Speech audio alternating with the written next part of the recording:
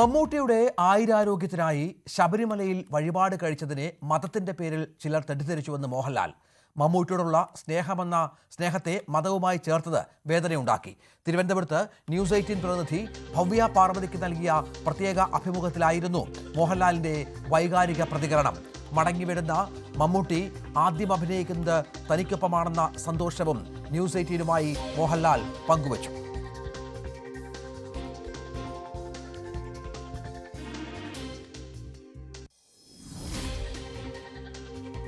ലാലേട്ട, ഇപ്പം ലാലേട്ടൻ ഹൃദയത്തിൽ നിന്ന് ഹൃദയപൂർവ്വം ഇച്ചാക്കാന്ന് വിളിക്കുന്ന നമ്മുടെ സ്വന്തം മമ്മൂക്ക. അദ്ദേഹം കുറച്ച് നാൾ നമ്മളിൽ നിന്നൊന്ന് വിട്ടുനിന്നു. പക്ഷേ എനിക്കറിയാം ലാലേട്ടൻ ശബരിമല ഇപ്പോൾ ലാലേട്ടൻ ഒരിക്കലും ആഗ്രഹിച്ച കാര്യമില്ല. എന്നാൽ പോലും ലാലേട്ടൻ ശബരിമലയോടൊക്കെ പോയ സമയത്ത് അദ്ദേഹത്തിന് വേണ്ടി വഴിപാടുകൾ കഴിച്ചു. അതൊക്കെ മലയാളികൾ കണ്ടത് നിങ്ങൾ രണ്ടാളും തമ്മിലൊരു സ്നേഹത്തിനെയാണ്, അല്ലെങ്കിൽ ഒരുമിച്ച് പ്രവർത്തിക്കേണ്ട രണ്ടുപേര്, അല്ലെങ്കിൽ അത്രമാത്രം അടുപ്പമുള്ള രണ്ടുപേര് എങ്ങനെയായിരിക്കണം എന്ന് ഞങ്ങളെ കാണിച്ചു തന്ന ഒന്നാണ്. ഞാൻ പറഞ്ഞു ലാലേട്ടൻ കാണിച്ചു തരേണ്ട കാര്യമൊന്നുമില്ല. നിങ്ങൾക്ക് തീർച്ചയായിട്ടും നിങ്ങളുടെ ഒരു ഏറ്റവും അടുത്ത ഒരാളിന് വേണ്ടി പ്രാർത്ഥിക്കുന്നതിൽ എന്താ കുഴപ്പം? അപ്പം അതിനെ തെറ്റിദ്ധരിക്കുക എന്ന് പറയുന്നതിലാണ് സങ്കടം, അല്ലേ? ഒരുപാട് പേര് അതിനെ തെറ്റിദ്ധരിക്കാൻ സാഹചര്യം ഉണ്ടാക്കി. അതിൻ്റെ ഒന്നും കാര്യമില്ല. അങ്ങനെ ഒരാളെ സ്നേഹിക്കാനോ അല്ലെങ്കിൽ ഒരാൾക്ക് വേണ്ടിയിട്ട് ഒരു കാര്യം പറയാനോ ചിന്തിക്കാനോ ഒക്കെ അതിൽ റിലീജിയനോ അങ്ങനെയുള്ള കാര്യങ്ങളൊന്നുമില്ലല്ലോ. സിനിമയിൽ അങ്ങനെയൊന്നും ഇല്ലല്ലോ. ഒരു കഥാപാത്രം നമ്മുടെ അദ്ദേഹത്തിൻ്റെ റിലീജിയൻ നോക്കിയാണ് അഭിനയിക്കുന്നത്, ഇതൊന്നും അല്ലല്ലോ. അപ്പോൾ എന്തായാലും വളരെയധികം സന്തോഷം. അദ്ദേഹമായിട്ട് ഞാൻ സംസാരിക്കാറുണ്ട്. ഒരു സംശയം ആയിരുന്നു, അതെന്നൊക്കെ അത് മാറി, ഒരു കാർമേഹം മാറിയ പോലെ വളരെ സന്തോഷവാനായിട്ട് വന്നിട്ട് ഞങ്ങളുടെ കൂടെ തന്നെയാണ് അഭിനയിക്കേണ്ടതും. അദ്ദേഹം ഞങ്ങൾ ചെയ്തുകൊണ്ടിരിക്കുന്ന ഒരു സിനിമയുടെ കുറച്ച് പോർഷൻസ് ഞങ്ങൾ ഒരുമിച്ച് ചെയ്യാനുണ്ട്. അതിനുവേണ്ടി ഞാൻ കാത്തിരിക്കുകയാണ്. അതെ, ഇപ്പോൾ ഇന്നലെ ഒരു FB പോസ്റ്റ് ഇട്ടു, അതിലൊന്നും പറയുന്നില്ല, ഒരു ഉമ്മ കൊടുക്കുന്ന ചിത്രമാണ്, അതിലെല്ലാം ഉണ്ട് അല്ലേ ലാലേട്ടാ? വളരെ സന്തോഷം. ഈശ്വരനോട് എല്ലാ ദിവസവും പ്രാർത്ഥിക്കുന്നു. ആ പ്രാർത്ഥന കേട്ടതിൽ ഞാനല്ല, എത്രയോ ലക്ഷക്കണക്കിന് ആൾക്കാർ അദ്ദേഹത്തിന് വേണ്ടി പ്രാർത്ഥിച്ചിട്ടുണ്ട്. അപ്പോൾ അതിനൊരു ശക്തിയുണ്ട്. ആ ശക്തി തന്നെയാണ് അതിൽ പ്രവർത്തിക്കുന്നത്. ഞാൻ പറയുന്ന വേറെ വലിയൊരു ഡോക്ടർ മുകളിലുണ്ട്. ആ ഡോക്ടറുടെ ഡിസിഷനാണ്. തീർച്ചയായും. മറ്റൊരു വാർത്തയിലേക്ക് പോകണം. ജൈനമ്മ വധക്കേസിലെ നിർണായക വിവരങ്ങൾ പുറത്തുവിട്ട് ന്യൂസ് 18. കേസിലെ നിർണായക സാക്ഷിയായ ഓട്ടോ ഡ്രൈവർ മനോജിന്റെ വെളിപ്പെടുത്തലാണ് ന്യൂസ് 18 പുറത്തുവിടുന്നത്. ജൈനമ്മ കൊല്ലപ്പെട്ടുവെന്ന് അന്വേഷണ സംഘം കരുതുന്ന ദിവസം പള്ളിപ്പുറത്തെ വീട്ടിലെത്തിയ ഏക സാക്ഷിയാണ് മനോജ്. സെബാസ്റ്റ്യന്റെ ആവശ്യപ്രകാരം മദ്യവുമായാണ് വീട്ടിലെത്തിയത്. സെബാസ്റ്റ്യൻ ജൈനമ്മയുടെ സ്വർണ്ണമാല പണയം വെച്ചതും തന്റെ പേരിലാണെന്ന് മനോജ് സമ്മതിക്കുന്നു. പിന്നീട് വിൽപ്പന നടത്താനും സഹായിച്ചു. 2024 ഡിസംബർ 23-ന് മനോജ് സെബാസ്റ്റ്യന്റെ വീട്ടിലെത്തിയപ്പോൾ ജൈനമ്മയുടെ മൃതദേഹം അകത്തുണ്ടായിരുന്നു എന്നാണ് അന്വേഷണ സംഘത്തിന്റെ നിഗമനം. കൊലപാതക വിവരം താൻ അറിഞ്ഞിരുന്നില്ലെന്നും അന്ന് വൈകിട്ട് 4 മുതൽ രാത്രി വൈകി ഏറ്റുമാനൂരിലെ വീട്ടിലേക്ക് പണയം വെച്ച പണം ഉപയോഗിച്ച് വാങ്ങിയ ഫ്രിഡ്ജുമായി സെബാസ്റ്റ്യൻ എത്തും വരെയും താൻ കൂടെ തന്നെ ഉണ്ടായിരുന്നുവെന്നും മനോജ് സ്ഥിരീകരിക്കുന്നു. News 18 big exclusive. ജൈനമ്മ കൊലക്കേസിലെ ഏറ്റവും നിർണായകമായ വെളിപ്പെടുത്തലാണ് നമുക്ക് ഇപ്പോൾ ലഭ്യമായിട്ടുള്ളത്. ഡേറ്റ് ഒക്കെ പറഞ്ഞു കൊടുത്തിട്ടുണ്ട്. ഏത് ഡേറ്റ്? ഡിസംബറിൽ തന്നെയാണോ? ഡിസംബർ 23-ാം തീയതിയാണ് ചെയ്യുന്നത്. എപ്പോഴാണ് ചെയ്യുന്നത്? ഇയാൾ എന്ത് വിളിച്ചു പറയട്ടെ എന്നാ?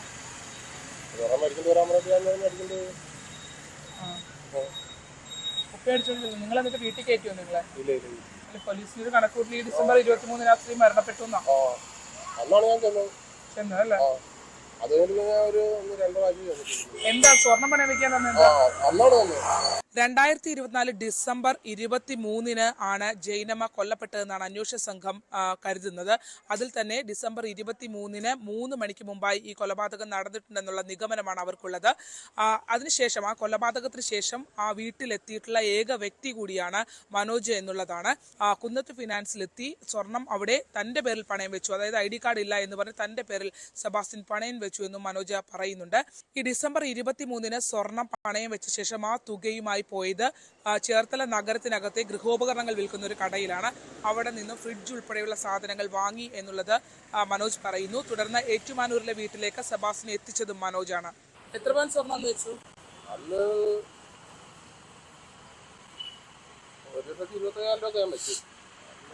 വിൽക്കുമ്പോ ചേട്ടനുണ്ടോ? വിൽക്കുമ്പോഴും അത് എത്ര പവന്റെ മാലയായിരുന്നു?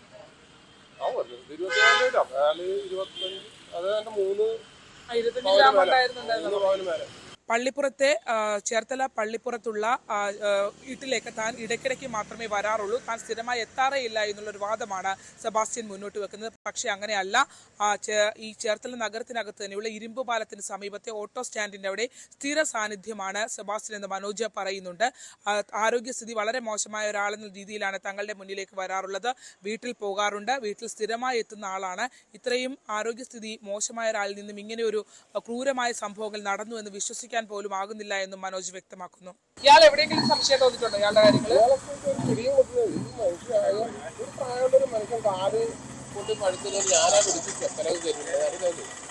അത്ര ആരോഗ്യമില്ലാത്ത ആളെ പോലെ ഇതിന്റെ ഈ ഉള്ളമാവില് പുഴുങ്ങി പുഴുവെടുത്തിരിക്കണ ഇതാ ഈച്ചപ്പുഴുവില് അതൊക്കെ എടുത്ത് അങ്ങനെ തുറന്നിരിക്കണോ.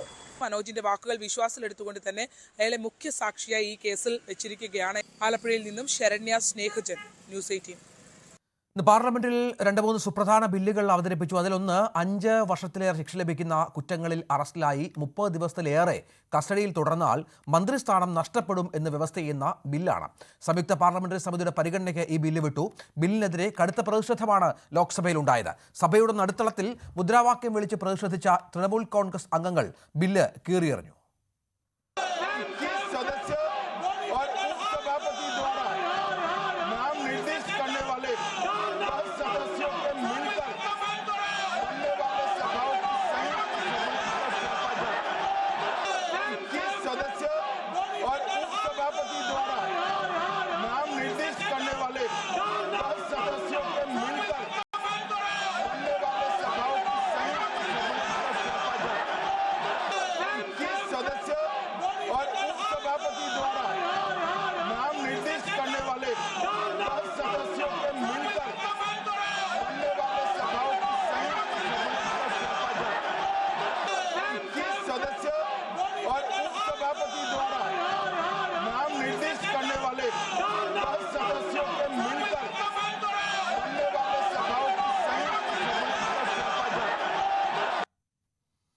സംസ്ഥാനങ്ങളുടെ അധികാര പരിധിയിലുള്ള കടന്നുകയറ്റമാണിതെന്നും ഫെഡറൽ സംവിധാനം തകർക്കുന്നതാണ് ബില്ലെന്നും കോൺഗ്രസ് ആരോപിച്ചു.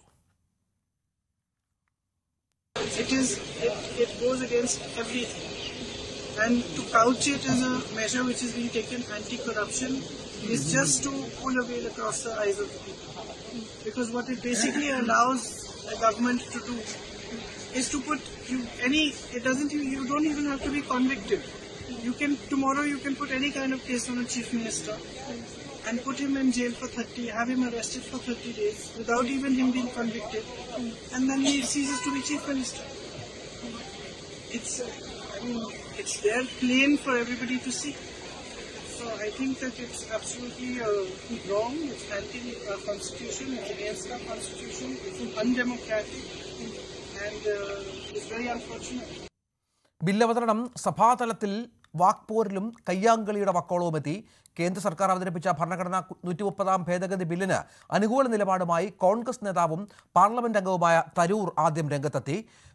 ബില്ലിൽ തെറ്റൊന്നും കാണുന്നില്ല എന്ന ആദ്യം പരാമർശം നടത്തിയ തരൂര് പിന്നീട് തൻ്റെ വാക്കുകൾ മാധ്യമപ്രവർത്തകർ വളച്ചൊടിച്ചു എന്നും അത് അത്തരത്തിൽ പിന്നീട് പറഞ്ഞു. BJP അനുകൂലിച്ചിട്ടില്ല എന്നായിരുന്നു പിന്നീട് തരൂരിൻ്റെ പ്രസ്താവന.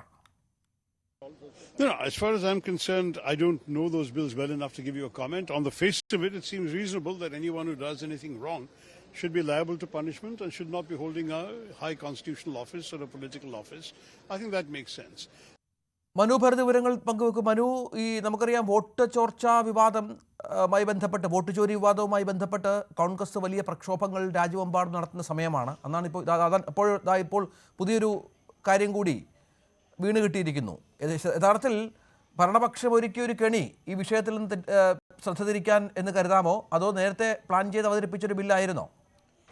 അല്ല, ഇത്തരമൊരു ബില്ല് സെന്തിൽ ബാലാജി കേസ് വന്നതോടുകൂടി ഇതിനെ സംബന്ധിച്ചുള്ള ആലോചനകൾ ഉണ്ടായി എന്നത് യാഥാർത്ഥ്യമാണ്. പക്ഷേ രഞ്ജിത്ത് സൂചിപ്പിച്ചതുപോലെ പ്രതിപക്ഷ അംഗങ്ങൾ ഇത് നിലവിൽ സർക്കാരിനെതിരെയുള്ള പ്രക്ഷോഭങ്ങളെ വഴിതിരിച്ചു വിടാനുള്ള ഒരു തീവ്ര ശ്രമത്തിൻ്റെ ഭാഗമായാണ് ഇതിനെ വിവരിക്കുന്നത്. ഏതായാലും ബില്ല് വലിയ കലുഷിതമായ ഒരു അന്തരീക്ഷം ഇന്ന് സഭയിൽ ഉണ്ടാക്കി. AMM നേതാവ് അസദുദ്ദീൻ ഒവൈസി വളരെ ശക്തമായി ബില്ലിനെ എതിർത്തു. ഇത് ഒരു പോലീസ് രാജ് കൊണ്ടുവരാൻ ആണ് എന്ന നീക്കമാണ് നടക്കുന്നത്. ബ്യൂറോക്രസിയും അതുപോലെ ഉദ്യോഗസ്ഥരുമൊക്കെ പ്രധാനമന്ത്രിയുടെ പോലും ബോസായി വരുന്നൊരു സാഹചര്യം, മേലധികാരിയായി വരുന്നൊരു സാഹചര്യമാണ് ഉണ്ടാകുന്നത് എന്ന് പ്രതിപക്ഷാംഗങ്ങൾ ചൂണ്ടിക്കാണിക്കുന്നു. മനീഷ് തിവാരിയാണ് കോൺഗ്രസിൽ നിന്ന് മറ്റൊരു ബില്ല് അവതരണത്തെ എതിർത്തുകൊണ്ട് ശക്തമായി രംഗത്ത് വന്ന മറ്റൊരു നേതാവ്. ഏതായാലും തൃണമൂൽ കോൺഗ്രസ് എംപിമാരും അതുപോലെ കോൺഗ്രസ് എംപിമാരും ബില്ല് കീറിയെറിഞ്ഞ് പ്രതിഷേധം രേഖപ്പെടുത്തുകയും ചെയ്തു. ശശി തരൂരിൻ്റെ ഭാഗത്തുനിന്നുണ്ടായ ഒരു വാദം ഇന്ന് വലിയ വിവാദങ്ങൾക്ക് വഴിവെച്ചു. കാരണം ശശി തരൂർ മോദിയെ സ്തുതിക്കുന്നു എന്ന തർക്കം നിലനിൽക്കുന്നതിനിടയിൽ ആദ്യഘട്ടത്തിൽ അദ്ദേഹം ബില്ലിൽ പ്രഥമ ദൃഷ്ടിയാൽ വലിയ കുഴപ്പമൊന്നുമില്ല എന്ന തരത്തിലുള്ള ഒരു പ്രതികരണം വന്നു എന്ന വാർത്തകൾ പുറത്തു വന്നു. ഏതായാലും ശശി തരൂർ ഒരു കാര്യം വ്യക്തമാക്കും, താൻ ബില്ല് പൂർണ്ണമായി മനസ്സിലാക്കിയിട്ടില്ല. അത് ആദ്യം തന്നെ പറഞ്ഞിരുന്നു.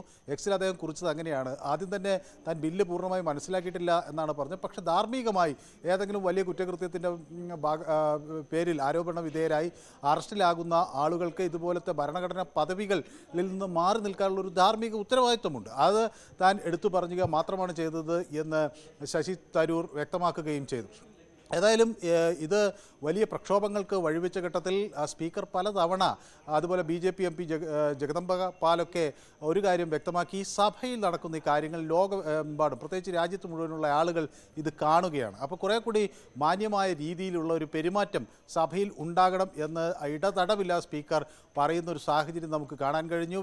BJP നേതാക്കളും ഈ ആവശ്യത്തെ പിന്താങ്ങി രംഗത്ത് വരികയും ചെയ്തു. അതായത് രണ്ട് ബില്ലുകളും ഈ ഇതിനെ സംബന്ധിച്ച്, അതായത് ഈ ഏതെങ്കിലും മന്ത്രിയോ മുഖ്യമന്ത്രിയോ ആയിട്ടുള്ളവർ 30 ദിവസം തുടർച്ചയായി ജയിലിൽ റിമാൻഡിലാകുന്ന ഒരു സാഹചര്യത്തിൽ അവരെ നീക്കം ചെയ്യാം എന്ന് വ്യക്തമാക്കുന്ന ഭരണഘടനാ ഭേദഗതി ബില്ലിൻ്റെ രണ്ട് ഭാഗങ്ങളും ഇപ്പോൾ സംയുക്ത പാർലമെൻ്ററി സമിതിക്കാണ് വിട്ടിരിക്കുന്നത്.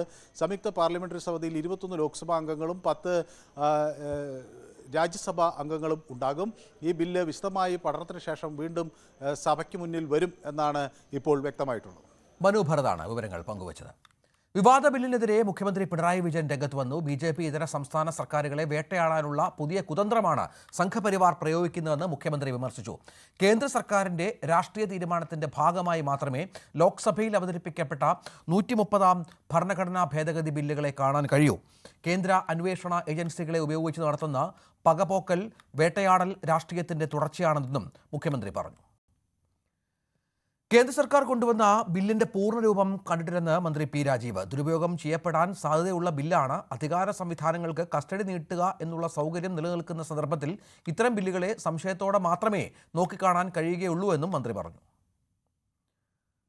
ഉപരാഷ്ട്രപതി തെരഞ്ഞെടുപ്പിനായി NDA സ്ഥാനാർത്ഥി CP രാധാകൃഷ്ണൻ പത്രിക സമർപ്പിച്ചു. പ്രധാനമന്ത്രി നരേന്ദ്രമോദി, കേന്ദ്രമന്ത്രിമാരായ അമിത്ഷാ, രാജ്നാഥ് സിംഗ്, നിതിൻ ഗഡ്കരി, ഘടകകക്ഷി നേതാക്കൾ എന്നിവർക്കൊപ്പമെത്തിയാണ് പത്രിക സമർപ്പിച്ചത്.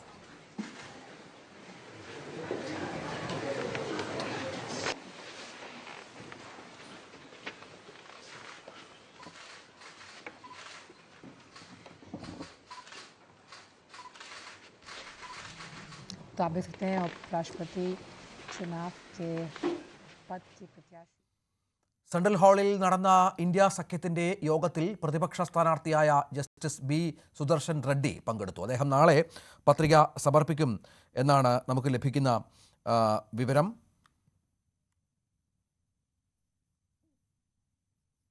മറ്റു വാർത്തയിലേക്ക്. എറണാകുളം പറവൂർ കോട്ടുവള്ളിയിൽ പലിശയ്ക്ക് പണം കടം കൊടുത്തവരുടെ ഭീഷണിയെ തുടർന്ന് വീട്ടമ്മ ജീവനൊടുക്കിയ സംഭവത്തിൽ ആത്മഹത്യാ പ്രേരണയ്ക്ക് കേസെടുത്ത് പോലീസ്. പ്രതികളായ ബിന്ദുവും ഭർത്താവ് പ്രദീപ് കുമാറും ഒളിവിലാണെന്നും ഇരുവരെയും ഉടൻ കസ്റ്റഡിയിലെടുക്കുമെന്നും പറവൂർ പോലീസ് അറിയിച്ചു. മരിച്ച ആശയും ബിന്ദുവും തമ്മിൽ നടത്തിയ ലക്ഷങ്ങളുടെ സാമ്പത്തിക ഇടപാടും അന്വേഷിക്കുന്നുണ്ട്. പോലീസ് വീഴ്ചയാണ് ആശയുടെ മരണത്തിന് കാരണമെന്ന് ബന്ധുക്കൾ ആരോപിച്ചു. പറവൂർ കോട്ടുവള്ളി സ്വദേശിനി ആശയെ ഇന്നലെയാണ് പുഴയിൽ മരിച്ച നിലയിൽ കണ്ടെത്തിയത്. ആശയുടെ ആത്മഹത്യാക്കുറിപ്പിൽ അയൽവാസിയായ റിട്ടയർഡ് പോലീസ് ഉദ്യോഗസ്ഥന്റെ ഭാര്യ ബിന്ദുവിൽ നിന്നും 10 ലക്ഷം രൂപ കടം വാങ്ങിയെന്നും ഇത് തിരിച്ചു നൽകിയിട്ടും പലിശയും പലിശയ്ക്കുമേൽ പലിശയും ചോദിച്ച് ഭീഷണിപ്പെടുത്തിയെന്നും പറയുന്നു. പോലീസ് സ്റ്റേഷനിലും വീട്ടിലും നടന്ന ഭീഷണിപ്പെടുത്തലിന്റെ ദൃശ്യങ്ങളും പുറത്തുവന്നു. ഇതിന്റെ അടിസ്ഥാനത്തിലാണ് പറവൂർ പോലീസ് പ്രദീപ് കുമാറിനും ബിന്ദുവിനുമെതിരെ ആത്മഹത്യാ പ്രേരണ കുറ്റം ചുമത്തിയത്.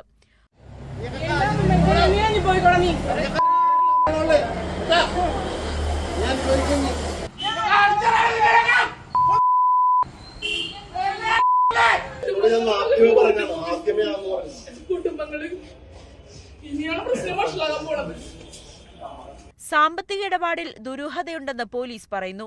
ലഭിച്ച പണം ആശ എങ്ങനെ വിനിയോഗിച്ചു എന്നും അന്വേഷിക്കുന്നുണ്ട്. പരാതി നൽകിയിട്ടും പോലീസ് നടപടിയെടുത്തില്ലെന്ന് കുടുംബം ആരോപിച്ചു. വീണ്ടും ഭീഷണിപ്പെടുത്തി എന്ന് വെച്ച് കഴിഞ്ഞാൽ ഇയാള് പോലീസ് റിട്ടയർഡ് ഡ്രൈവറാണ്, അവിടെ വർക്ക് ചെയ്തിരുന്ന ആളാണെന്ന് എനിക്ക് തോന്നുന്നു. അപ്പൊ അവിടെ വെച്ചും അയാൾക്കൊരു കുഞ്ഞ് ഫ്രീഡം ഉണ്ടായിരുന്നു നമുക്ക് ഒരു ഇതുണ്ട്. അപ്പൊ പോലീസിന്റെ ഭാഗത്തും വീഴ്ച ഉണ്ടെന്ന് തന്നെ പറയേണ്ടതായിട്ട് വരും. വേണ്ട രീതിയിൽ കൈകാര്യം ചെയ്തിട്ടില്ല എന്ന് വെച്ച് കഴിഞ്ഞാൽ കുറച്ചും കൂടി ശക്തമായിട്ട് ഇടപെട്ടിരുന്നെങ്കിൽ ആൾക്ക് ഇങ്ങനത്തെ ഒരു ഇത് പറ്റില്ലായിരുന്നു എന്നുള്ളതാണ് എനിക്ക് പറയാനുള്ളത്. 2018 വരാപ്പുഴ ഉരുട്ടിക്കൊല കേസുമായി ബന്ധപ്പെട്ട് കൈക്കൂലി വാങ്ങിയ കേസിലെ പ്രതിയാണ് പ്രദീപ്. അന്ന് പോലീസ് മർദ്ദനത്തിൽ കൊല്ലപ്പെട്ട ശ്രീജിത്തിന്റെ ബന്ധുക്കളോട് പോലീസ് ഡ്രൈവറായിരുന്ന പ്രദീപ് കൈക്കൂലി ചോദിച്ചതും ക്രൈംബ്രാഞ്ച് അന്വേഷണത്തിൽ നടപടി നേരിട്ടതുമാണ്. ആശയുടെ മൃതദേഹം പോസ്റ്റ്മോർട്ടത്തിന് ശേഷം ബന്ധുക്കൾക്ക് വിട്ടുകൊടുത്തു. കേസ് മുനമ്പം ഡിവൈഎസ്പിയുടെ നേതൃത്വത്തിൽ പ്രത്യേക സംഘം അന്വേഷിക്കും. ന്യൂസ് 18 കൊച്ചി. വേടന്റെ അറസ്റ്റ് തടഞ്ഞ നടപടി തിങ്കളാഴ്ച വരെ നീട്ടി ഹൈക്കോടതി. തിങ്കളാഴ്ചയ്ക്ക് മുൻപ് തെളിവുകൾ അടക്കമുള്ള രേഖകൾ ഹാജരാക്കാൻ ഇരയ്ക്ക് നിർദ്ദേശം നൽകി. ബലാത്സംഗ കേസിൽ വേടൻ നൽകിയ മുൻകൂർ ജാമ്യാപേക്ഷ പരിഗണിക്കവെയാണ് കോടതിയുടെ നിർദ്ദേശം. തനിക്ക് ഡിപ്രഷനാണെന്നും ജോലി ചെയ്തിരുന്ന ആശുപത്രിയിൽ ഒറ്റപ്പെടുന്നതാണെന്നും വേടൻ അയച്ച വാട്സപ്പ് മെസ്സേജ് വേടന്റെ അഭിഭാഷകൻ ഹാജരാക്കി. മറ്റു പെൺകുട്ടികളെയും വിവാഹ വാഗ്ദാനം നൽകിയാണോ പീഡിപ്പിച്ചതെന്ന് പരിശോധിക്കണമെന്നും ഇര ആവശ്യപ്പെട്ടു. കേസ് തിങ്കളാഴ്ച പരിഗണിക്കും. ഇടവേള.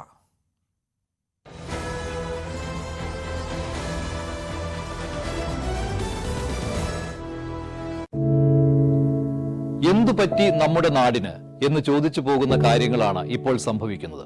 എന്തൊക്കെയാണ് നമ്മുടെ യുവതലമുറ തെരുവുകളിൽ കാട്ടിക്കൂട്ടുന്നത്? കൊല്ലാൻ പോലും മടികാട്ടാത്ത ഇവർ സ്വബോധത്താൽ ഇങ്ങനെയൊന്നും ചെയ്യില്ല. നാടിന്റെ അഭിമാനമായി വളരേണ്ട യുവത്വത്തെ ഇങ്ങനെ പോകാൻ അനുവദിച്ചുകൂടാ. നമ്മൾ ഓരോരുത്തരും മാതാപിതാക്കൾ കൂടിയാണ്. നേർവഴിക്ക് നടത്താൻ, തെറ്റുകൾ പറഞ്ഞു മനസ്സിലാക്കാൻ നമുക്ക് കഴിയണം. ഇപ്പോഴത്തെ അക്രമ സംഭവങ്ങളിൽ 99% ലഹരിയുടെ, പ്രത്യേകിച്ച് ഗുരുതരമായ ആരോഗ്യ പ്രശ്നങ്ങളിലേക്ക് കൊണ്ടുവന്നെത്തിക്കുന്ന ഡ്രഗ്സിന്റെ ഉപയോഗമുണ്ടെന്ന് മനസ്സിലാക്കിയിട്ടുണ്ട്. ഇത് നിസ്സാരമല്ല. കണ്ടില്ലെന്ന് നടിക്കാൻ ആർക്കുമാവില്ല. ജീവിതം ഒട്ടേറെ ബാക്കിയുണ്ടെന്ന് യുവതലമുറ മനസ്സിലാക്കണം. സ്നേഹിക്കാൻ, സർഗാത്മകത, ലഹരിയുടെ സഹായമില്ലാതെ വളർത്താൻ അവർക്ക് കഴിയണം. നിയമത്തിന്റെ ശക്തി അവരെ ബോധ്യപ്പെടുത്തണം. Say no to drugs, a big yes to life.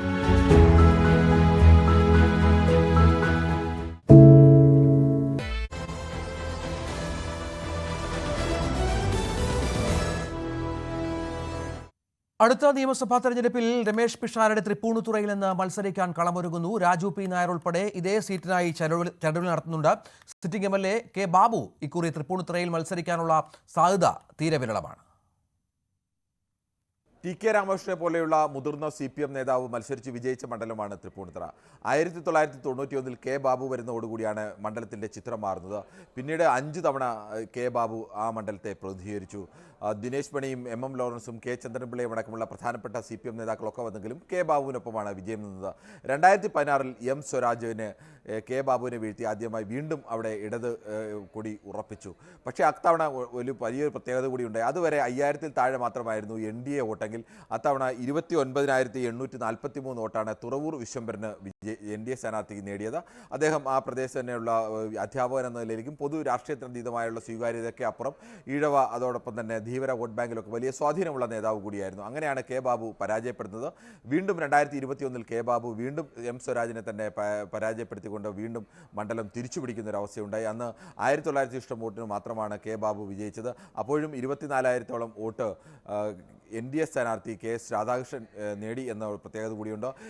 ഈ ഒരു അപകട സാധ്യത ഇപ്പോഴും കോൺഗ്രസ് മുന്നിൽ കാണുന്നുണ്ട്. അതുകൊണ്ടാണ് BJPയിലേക്ക് പോകാൻ സാധ്യതയുള്ള വോട്ട് കൂടി ശേഖരിക്കാൻ കഴിയുന്ന ഒരു കലാകാരനെ, കോൺഗ്രസുമായി ദീർഘകാലമായി ബന്ധമുള്ള ഒരു കലാകാരൻ പരസ്യമായി തന്നെ കോൺഗ്രസ് വേദികളിലെത്തുകയും കോൺഗ്രസ് അനുകൂലമായി പ്രസംഗിക്കുകയും ഒക്കെ ചെയ്യുന്ന ഈ പ്രദേശത്ത് തന്നെ ഇപ്പോൾ താമസിക്കുന്ന രമേശ് പിഷാരടിയെ പരിഗണിക്കുന്നത്. അങ്ങനെയാണെങ്കിൽ ഈ BJPയിലേക്ക് ഇത്തരത്തിൽ വലിയൊരു വിഭാഗം വോട്ട് പോയി കഴിഞ്ഞാൽ സ്വാഭാവികമായും കോൺഗ്രസ് പരാജയപ്പെടാനുള്ള സാധ്യത രണ്ട് മുന്നണിക്കാലും അത് ഉണ്ട്. കോൺഗ്രസിനെ സംബന്ധിച്ചാണെങ്കിൽ അത് പരാജയത്തിനുള്ള സാധ്യത വർദ്ധിക്കും.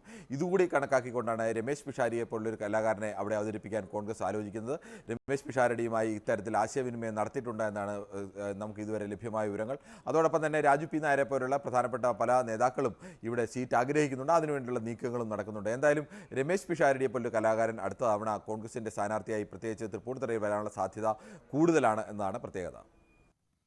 MP മാർ നിയമസഭയിലേക്ക് മത്സരിക്കാതിരിക്കുന്നതാണ് നല്ലതെന്നും പുതുതലമുറ മത്സരിക്കട്ടെ എന്നും VM സുധീരൻ. കോൺഗ്രസ് MP-മാരിൽ പലരും നിയമസഭയിലേക്ക് മത്സരിക്കാൻ ആലോചിക്കുന്നുവെന്ന ന്യൂസ് 18 വാർത്തയോട് പ്രതികരിക്കുകയായിരുന്നു സുധീരൻ. താൻ മത്സരത്തിനില്ല എന്ന് വ്യക്തമാക്കിയതാണ്. ഗ്രൂപ്പിസത്തിന്റെ കെടുതികൾ കേരളത്തിലെ കോൺഗ്രസിന് അറിയാമെന്നും സുധീരൻ പറഞ്ഞു. തെരഞ്ഞെടുപ്പിൽ ആരൊക്കെ മത്സരിക്കില്ല എന്നൊക്കെ തീരുമാനിക്കേണ്ടത് പാർട്ടിയാണ്. പിന്നെ എന്നെ സംബന്ധിച്ചിടത്തോളം ഞാൻ നേരത്തെ കൃത്യമായൊരു നിലപാട് സ്വീകരിച്ചിട്ടുള്ള ആളാണ്. പുതിയ തലമുറ വരട്ടെ എന്നുള്ള അഭിപ്രായക്കാരനാണ്.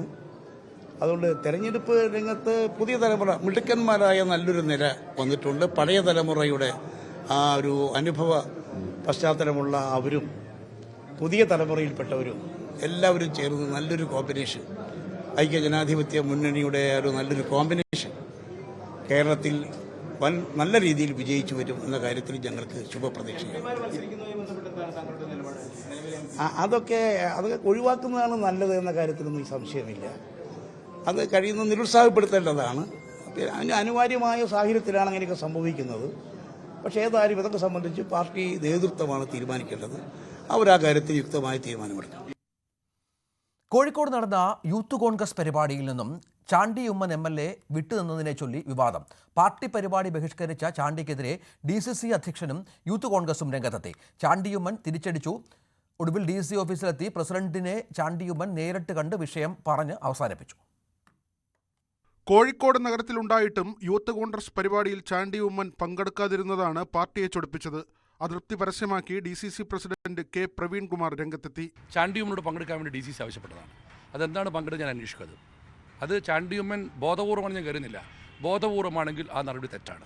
താൻ പങ്കെടുക്കാമെന്നേറ്റ പരിപാടിയായിരുന്നില്ലെന്നാണ് ചാണ്ടി ഉമ്മന്റെ പ്രതികരണം. സമയമുണ്ടെങ്കിൽ പങ്കെടുക്കാമെന്നാണ് അറിയിച്ചത്.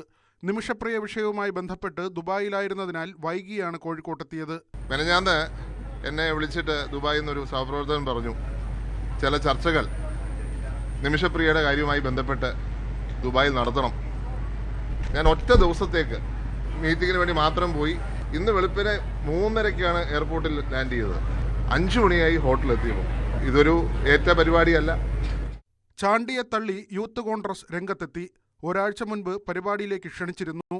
നേതൃത്വത്തിന് പരാതി നൽകുമെന്നും യൂത്ത് കോൺഗ്രസ് അറിയിച്ചു. വിഷയം വിവാദമായതോടെ DCC ഓഫീസിൽ നേരിട്ടെത്തി പ്രസിഡന്റുമായി ചർച്ച നടത്തി. ആശയവിനിമയത്തിലെ തകരാറെന്നായിരുന്നു കൂടിക്കാഴ്ചയ്ക്ക് ശേഷമുള്ള വിശദീകരണം. ചെറിയൊരു കമ്മ്യൂണിക്കേഷൻ ഗ്യാപ്പേ ഉള്ളൂ, വേറൊരു പ്രശ്നമില്ല. ഞങ്ങൾ വളരെ കഴിഞ്ഞ ഒരു 10 ദിവസം മുമ്പ് ഒരു 15 ദിവസം മുമ്പ് ഞാൻ വന്ന് ഈ എന്താ പറയുക DCCയെ കുറിച്ചും ഓഫീസിനെ കുറിച്ചൊക്കെ പോസ്റ്റ് ഇട്ട് വളരെ സൗഹൃദത്തിൽ പിരിഞ്ഞതാണ്. ഇന്നിപ്പോൾ ഒരു ചെറിയ കമ്മ്യൂണിക്കേഷൻ ഗ്യാപ്പെന്നേ ഉള്ളൂ, വേറൊരു പ്രശ്നമില്ല. ഇതോടെ DCC പ്രസിഡന്റ് K. പ്രവീണും നിലപാട് മയപ്പെടുത്തി. ഒരു വിശദീകരിക്കാൻ മാത്രം വിശ്വസിക്കും. ഞാനെന്താ പറഞ്ഞത്, വരാൻ പറ്റാത്ത സാഹചര്യം എന്താണെന്ന് അന്വേഷിക്കുമെന്ന് അദ്ദേഹം ഞങ്ങൾ പറഞ്ഞു. പിന്നെ DCC വരുന്ന നേരിട്ട് സംസാരിക്കാന്ന് പറഞ്ഞു. അയാൾ വളരെ ലേറ്റ് ആയിട്ടാണ് ഇന്നലെ എത്തിയത്. അതുകൊണ്ട് പങ്കെടുക്കാൻ പറ്റാത്ത സാഹചര്യം ഉണ്ടായി. അതിൽ നോ കൺഫ്യൂഷൻ. ആ പരിപാടിയിൽ അടുത്ത ദിവസം പങ്കെടുക്കുകയും ചെയ്യും. കഴിഞ്ഞു. പാർട്ടിയിലെ ഷാഫി അനുകൂല വിഭാഗവുമായി നേരത്തെ തന്നെ തെറ്റി നിൽക്കുകയാണ് ചാണ്ടി. ഗ്രൂപ്പ് വഴക്കിന്റെ ഭാഗമായാണ് പരിപാടിയിൽ നിന്ന് വിട്ടുനിൽക്കാൻ ചാണ്ടി ഉമ്മനെ പ്രേരിപ്പിച്ചതെന്നാണ് പാർട്ടി വൃത്തങ്ങൾ നൽകുന്ന സൂചന. ന്യൂസ് 18 കോഴിക്കോട്. പെരിയ ഇരട്ട കൊലപാതക കേസിൽ പ്രതിയായ CPM നേതാവിന്റെ മകന്റെ വിവാഹ വിരുന്നിൽ പങ്കെടുത്തുവെന്ന ആരോപണത്തെ തുടർന്ന് പുറത്താക്കിയ കോൺഗ്രസ് നേതാക്കളെ തിരിച്ചെടുത്തു. മുൻ KPCC secretary Balakrishnan Periya, UDF നിയോജക മണ്ഡലം ചെയർമാൻ C. രാജൻ പെരിയ സഹകരണ ബാങ്ക് പ്രസിഡന്റ് T. രാമകൃഷ്ണൻ, മുൻ മണ്ഡലം കോൺഗ്രസ് കമ്മിറ്റി പ്രസിഡന്റ് പ്രമോദ് കുമാർ പെരിയ എന്നിവരെയാണ് KPCC പ്രസിഡന്റ് തിരിച്ചെടുത്തത്.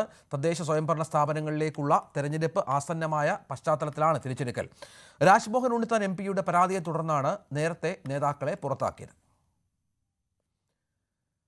കൃപേഷ് ശരത്ലാൽ ഇരട്ടക്കൊലക്കേസിൽ ഇരട്ട ജീവപര്യന്തം തടവിന് ശിക്ഷിക്കപ്പെട്ട 4ാം പ്രതിക്ക് 1 മാസത്തേക്ക് പരോൾ അനുവദിച്ചു. പെരിയ എച്ചിലെടുക്കത്തെ അനിൽകുമാറിനാണ് പരോൾ. ഓഗസ്റ്റ് 18 മുതൽ 30 ദിവസത്തേക്കാണ് പരോൾ. അനിൽകുമാർ കഴിഞ്ഞ ദിവസം പുറത്തിറങ്ങി. 2019 ഫെബ്രുവരി 17 രാത്രിയിലാണ് കൊലപാതകം നടന്നത്. കേസിൽ 1 മുതൽ 10 വരെ പ്രതികൾക്ക് ഇരട്ട ജീവപര്യന്തം ശിക്ഷയാണ് വിധിച്ചത്. കത്തിയോർച്ച വിവാദത്തിൽ പരാതി ലഭിച്ച കാര്യം ഒരു CPM നേതാക്കന്മാരും നിഷേധിച്ചിട്ടില്ലെന്ന് KPCC അധ്യക്ഷൻ സണ്ണി ജോസഫ്. പരാതിയിൽ ഉന്നയിച്ച വിഷയങ്ങൾ ഗൗരവമേറിയത്. മുഖ്യമന്ത്രി രാജിവെക്കണമെന്നാണ് കോൺഗ്രസ് നിലപാടെന്നും KPCC അധ്യക്ഷൻ പറഞ്ഞു. ആരും നിഷേധിച്ചിട്ടില്ല. CPM നേതാക്കന്മാർ പോലും തന്നെ ഇങ്ങനെയൊരു പരാതിയുള്ള കാര്യം ആരും നിഷേധിച്ചിട്ടില്ല. അവരുടെ വാദം എന്തായിരുന്നു? ഇത് നേരത്തെ പരാതിക്കാരൻ ഫേസ്ബുക്കിലിട്ടതാണെന്നായിരുന്നു അവരുടെ വാദം.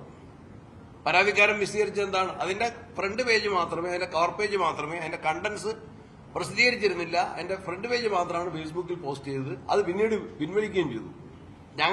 നേരത്തെ ഞാൻ പറഞ്ഞ എന്താ, ഇതിൽ ഗവൺമെന്റ് മണി അത് മിസ്അപ്രോപ്രിയേഷൻ വിധേയമായിട്ടുണ്ട്. ആ കാര്യം ഉൾപ്പെടെയുള്ള കാര്യങ്ങൾ ജനങ്ങളെ ബാധിക്കുന്ന വിഷയമാണ്. അതാണ് ഞങ്ങൾ മുന്നോട്ട്. ഈ പരാതിയിൽ ഉന്നയിച്ചിട്ടുള്ള വിഷയങ്ങൾ ഗൗരവമേറിയതായതുകൊണ്ടാണ്. അത് എന്തുകൊണ്ട് CPM നേതാക്കന്മാർ ആ വിഷയത്തിൽ മൗനം പാലിക്കുന്നു? ഞങ്ങൾ അതിനെക്കുറിച്ചാണ് വി ആർ മോർ കൺസേൺഡ്. സർക്കാർ പണം ദുരുപയോഗം ചെയ്തു എന്ന ആക്ഷേപം ഇതിൻ്റെ അകത്തുണ്ട്. അതിന് ആൻസറബിൾ ആയിരിക്കണം, ഉത്തരം കിട്ടണം. ADGP MR അജിത് കുമാറിനെ സംരക്ഷിക്കുന്ന മുഖ്യമന്ത്രിയുടെ നിലപാട് ഭരണഘടനാ വിരുദ്ധമെന്ന് KPC അധ്യക്ഷൻ സണ്ണി ജോസഫ്. സംശയം നിലനിൽക്കുന്ന ഉദ്യോഗസ്ഥന് എങ്ങനെ ക്ലീൻ ചീറ്റ് നൽകാൻ കഴിയും? സത്യപ്രതിജ്ഞാ ലംഘനമാണ് നടക്കുന്നതെന്നും KPC അധ്യക്ഷൻ പറഞ്ഞു. വിജിലൻസ് മുഖ്യമന്ത്രിയുടെ കീഴിലുള്ള ഒരു വകുപ്പാണ്. അത് ഭരണത്തിന് വേണ്ടി മാത്രമാണ്, ഫോർ നത്തിങ് മോർ, മറ്റൊന്നിനുമല്ല. കേസുകളുടെ മെറിറ്റിൽ ഇടപെടുന്നതിനോ തീർപ്പ് കൽപ്പിക്കുന്നതിനോ അല്ല വിജിലൻസ് മുഖ്യമന്ത്രിയുടെ വകുപ്പായിട്ടുള്ളത് എന്ന് കോടതി ആവർത്തിച്ച് വ്യക്തമാക്കിയിരിക്കുകയാണ്. ഈ കേസിലാണ് മുഖ്യമന്ത്രിയും മാർക്സിസ്റ്റ് പാർട്ടിയും തികഞ്ഞ മൗനം പാലിക്കുന്നത്. ഇത് പൂർണ്ണമായിട്ടും സത്യപ്രതിജ്ഞാ ലംഘനമാണ്. ഈ കേസ് കോടതി സുവമോട്ടോ പ്രൈവറ്റ് കംപ്ലൈന്റ് ആയിട്ട് സ്വീകരിച്ചിരിക്കുകയാണ്. സർക്കാരിന്റെ എല്ലാ നടപടികളും അഴിമതി കേസിലെ പ്രതികളെ സംരക്ഷിക്കുന്നതിന് വേണ്ടിയായിരുന്നു. ഡൽഹി മുഖ്യമന്ത്രി രേഖാ ഗുപ്തയ്ക്ക് നേരെ ആക്രമണം. ഔദ്യോഗിക വസതിയിലെ പ്രതിവാര ജനസമ്പർക്ക പരിപാടിക്കിടയിലായിരുന്നു സംഭവം. പരാതി നൽകാനെന്ന വ്യാജേന എത്തിയ ആൾ മുഖ്യമന്ത്രിയുടെ മുടിയിൽ പിടിച്ചു വലിക്കുകയും മുഖത്തടിക്കുകയുമായിരുന്നു. തലയ്ക്ക് നിസ്സാര പരിക്കേറ്റ രേഖാ ഗുപ്ത ആശുപത്രിയിൽ ചികിത്സ തേടി.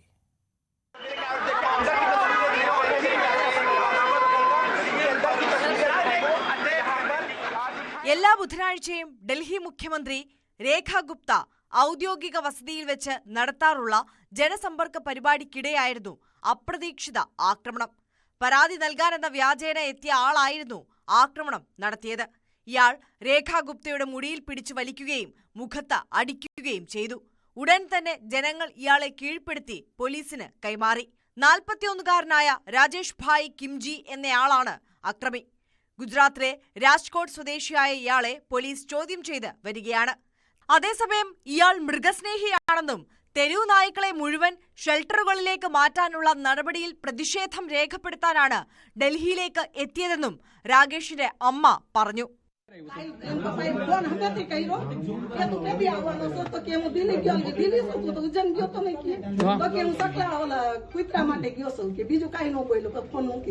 തലയ്ക്ക് നേരിയ പരിക്കേറ്റ രേഖ ഗുപ്ത ആശുപത്രിയിൽ ചികിത്സ തേടി. സംഭവത്തെ BJP അപലപിച്ചു. മുഖ്യമന്ത്രി ആരോഗ്യവതിയാണെന്നും ആശങ്കപ്പെടേണ്ട സാഹചര്യമില്ലെന്നും ഡൽഹി BJP അധ്യക്ഷൻ വീരേന്ദ്ര സച്ദേവ വ്യക്തമാക്കി. मुख्यमंत्री की हालत अभी स्थिर है, डॉक्टर्स उनको देख चुके हैं. सदमा जरूर लगा है जिससे उनको थोड़ी चिंता हुई है, लेकिन हमने मुख्यमंत्री से मैं मिलकर आया हूं और उस बहन को, मजबूत महिला है वो जानती हैं कि उनकी कमिटमेंट दिल्ली के लिए है और उन्होंने इस बात को स्वीकार किया है कि मैं अपने रोजमर्रा के कामों से नहीं रुकूंगी. ദൗർഭാഗ്യകരമായ സംഭവമാണ് നടന്നതെന്ന് ഡൽഹി കോൺഗ്രസ് പറഞ്ഞു. അതേസമയം മുഖ്യമന്ത്രി പോലും ഡൽഹിയിൽ സുരക്ഷിതയല്ലെങ്കിൽ സാധാരണക്കാരായ സ്ത്രീകളുടെ അവസ്ഥ എന്താകുമെന്ന് സംസ്ഥാനത്തെ കോൺഗ്രസ് അധ്യക്ഷൻ ദേവേന്ദ്ര യാദവ് ചോദിച്ചു. സംഭവം ആഭ്യന്തര വകുപ്പിന് ഗുരുതര വീഴ്ചയാണെന്നും അമിത്ഷാ മറുപടി പറയണമെന്നും കോൺഗ്രസ് നേതാവ് ഉദിത് രാജ് കുറ്റപ്പെടുത്തി. അക്രമത്തെ അപലപിച്ച മുൻ ഡൽഹി മുഖ്യമന്ത്രിയും ആം ആദ്മി പാർട്ടി നേതാവുമായ അതിഷി ജനാധിപത്യത്തിൽ അക്രമത്തിന് സ്ഥാനമില്ലെന്ന് എക്സിൽ കുറിച്ചു. ഡൽഹിയിലെ BJP MPമാർ രേഖാ ഗുപ്തയെ സന്ദർശിച്ചു. സംഭവത്തെ തുടർന്ന് ഡൽഹി പോലീസ് ഉന്നതതല യോഗം ചേർന്നു. മുഖ്യമന്ത്രിയുടെ വസതിയിലെ സുരക്ഷാ വലയം വർദ്ധിപ്പിക്കും. കമ്മീഷണർ സ്ഥലത്തെത്തി സാഹചര്യം വിലയിരുത്തി. News desk, news 18. വിജയ് പങ്കെടുക്കാനിരുന്ന തമിഴക വെട്രിക്കഴകത്തിന്റെ പൊതുസമ്മേളന വേദിയിലെ കൊടിമരം മറിഞ്ഞു വീണു. 100 അടി ഉയരമുള്ള കൂറ്റൻ കൊടിമരമാണ് നിലംപൊത്തിയത്. വലിയ അപകടമാണ് ഒഴിവായത്. കൊടിമരം വീണ് സമീപത്തുണ്ടായിരുന്ന കാർ തകർന്നു.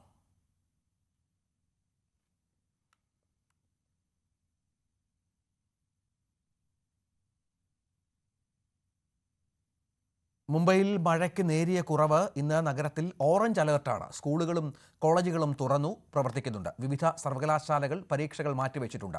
നഗരത്തിൽ പലയിടത്തും വെള്ളക്കെട്ട് തുടരുന്നു. ഇത് പമ്പ് ഉപയോഗിച്ച് നീക്കം ചെയ്യാനുള്ള ശ്രമങ്ങൾ തുടരുന്നു. ട്രെയിൻ ഗതാഗതം സാധാരണ നിലയിലേക്ക് എത്തുന്നതായാണ് അറിയിപ്പ്. യാത്രക്കാരോട് വേണ്ട മുൻകരുതലുകൾ സ്വീകരിക്കണമെന്ന് ഇൻഡിഗോ, സ്പൈസ് ജെറ്റ് എന്നീ വിമാന കമ്പനികൾ അറിയിച്ചിട്ടുണ്ട്. നാളെ മുംബൈയിൽ യെല്ലോ അലേർട്ടാണ്. ഇതിനിടെ മഹാരാഷ്ട്രയിൽ മഴക്കെടുതിയിലെ ആകെ മരണം 24ആയി. അഹമ്മദാബാദിൽ 10ാം ക്ലാസ്സുകാരന്റെ കൊലപാതകത്തിൽ പ്രതിഷേധവുമായി ബന്ധുക്കൾ. സ്കൂളിന് മുന്നിൽ തടിച്ചുകൂടിയ ഇവർ പ്രിൻസിപ്പാളിനെയും അധ്യാപകരെയും മർദ്ദിച്ചു. സ്കൂൾ ബസ്സുകളും മറ്റ് വാഹനങ്ങളും പ്രതിഷേധക്കാർ അടിച്ച് തകർത്തു. ABVPയും വിഷയത്തിൽ പ്രതിഷേധിച്ചു. 8ാം ക്ലാസ്സുകാരനായ മറ്റൊരു വിദ്യാർത്ഥിയാണ് സ്കൂളിൽ വെച്ച് 10ാം ക്ലാസ്സുകാരനെ കുത്തിക്കൊന്നത്. കൊല്ലപ്പെട്ട കുട്ടിയുടെ ബന്ധുവുമായി ഉണ്ടായിരുന്ന പ്രശ്നത്തിന്റെ വൈരാഗ്യത്തിലായിരുന്നു ആക്രമണമെന്ന് സൂചന. സംഭവത്തിൽ പോലീസ് അന്വേഷണം ആരംഭിച്ചു.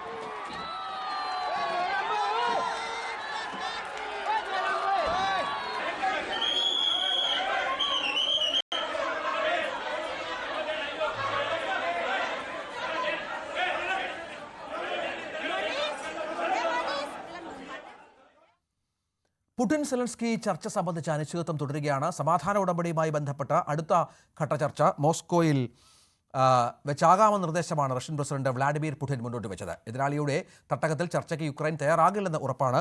പുടിനുമായി ഫോണിൽ ചർച്ചകൾ തുടരുകയാണ് ഡൊണാൾഡ് ട്രംപ്. ഇടവേള.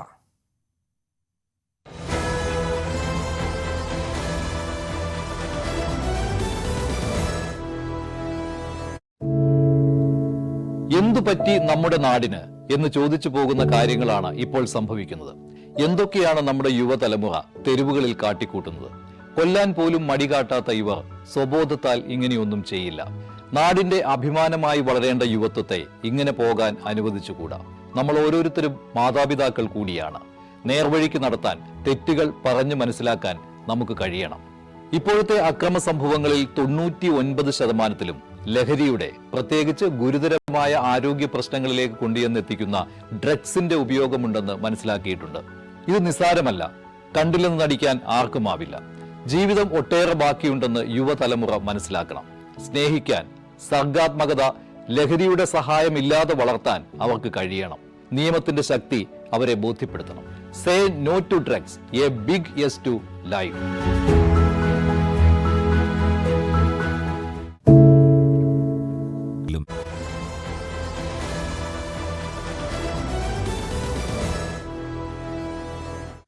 മെമ്മറി കാർഡ് വിവാദത്തിൽ അന്വേഷണത്തിന് താരസംഘടന അമ്മ. ജനറൽ സെക്രട്ടറി സ്ഥാനത്തേക്ക് തെരഞ്ഞെടുക്കപ്പെട്ട കുക്കു പരമേശ്വരനെതിരെയാണ് ആരോപണം ഉയർന്നിരുന്നത്.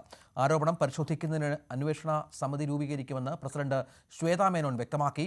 പല നടിമാരും നേരത്തെ ഉന്നയിച്ച പരാതികൾ ഷൂട്ട് ചെയ്ത് ആരോപണ വിധേയരെ ബ്ലാക്ക്മെയിൽ ചെയ്തുവെന്നാണ് ആരോപണം. മെമ്മറി കാർഡ് കാണാനില്ലെന്നാണ് നിലവിൽ കുക്കുവിന്റെ നിലപാട്. അതിന്റെ ഒരു എൻക്വയറി നമ്മൾ ചെയ്യണം എന്നുള്ള ഒരു തീരുമാനത്തിൽ വന്നിട്ടുണ്ട്. ഇനി അതിന്റെ കമ്മിറ്റി ആരാണ് ഉണ്ടാവുക അതൊക്കെ ചർച്ച ചെയ്തിട്ട്, ബിക്കോസ് ഇത് ആദ്യത്തെ കമ്മിറ്റി, നമ്മളെല്ലാവരും ആദ്യമായിട്ടാണ് ഒഫീഷ്യലി കണ്ടുമുട്ടുന്നത്. അപ്പോൾ ഒബ്വിയസ്ലി നമ്മൾ സീരിയസ് ആയ മാറ്റേഴ്സ് എല്ലാം ഡൈല്യൂട്ട് ചെയ്യാതെ അത് ഭയങ്കര ഇമ്പോർട്ടൻസ് കൊടുത്തിട്ട് തന്നെയാണ് ചർച്ച ചെയ്തത്. പക്ഷേ ആരൊക്കെയാണ് എൻക്വയറി കമ്മിറ്റിയിൽ വരിക, പക്ഷെ അത് പരിഗണിക്കും. അത് നമ്മൾ 100% എടുക്കും. 100% അത് വേണമല്ലോ. നമ്മുടെ മെമ്പേഴ്സ് അല്ലേ ഉന്നയിച്ചത്. അപ്പോൾ നമ്മൾ അവർക്ക് വേണ്ടി എന്തായാലും അത് ചെയ്യണം. അത് ഐ തിങ്ക് അതാണല്ലോ നമ്മുടെ ഡ്യൂട്ടി. കോഴിക്കോട് വീണ്ടും അമീബിക് മസ്തിഷ്ക ജ്വരം. ചേളാരി സ്വദേശിയായ 11 വയസ്സുള്ള കുട്ടിക്കാണ് രോഗം സ്ഥിരീകരിച്ചത്. കുട്ടി കോഴിക്കോട് മെഡിക്കൽ കോളേജ് ആശുപത്രിയിൽ ചികിത്സയിലാണ്. അതേസമയം മരിച്ച താമരശ്ശേരി സ്വദേശിനിയുടെ സഹോദരങ്ങളുടെ പരിശോധനാ ഫലം നെഗറ്റീവാണ്.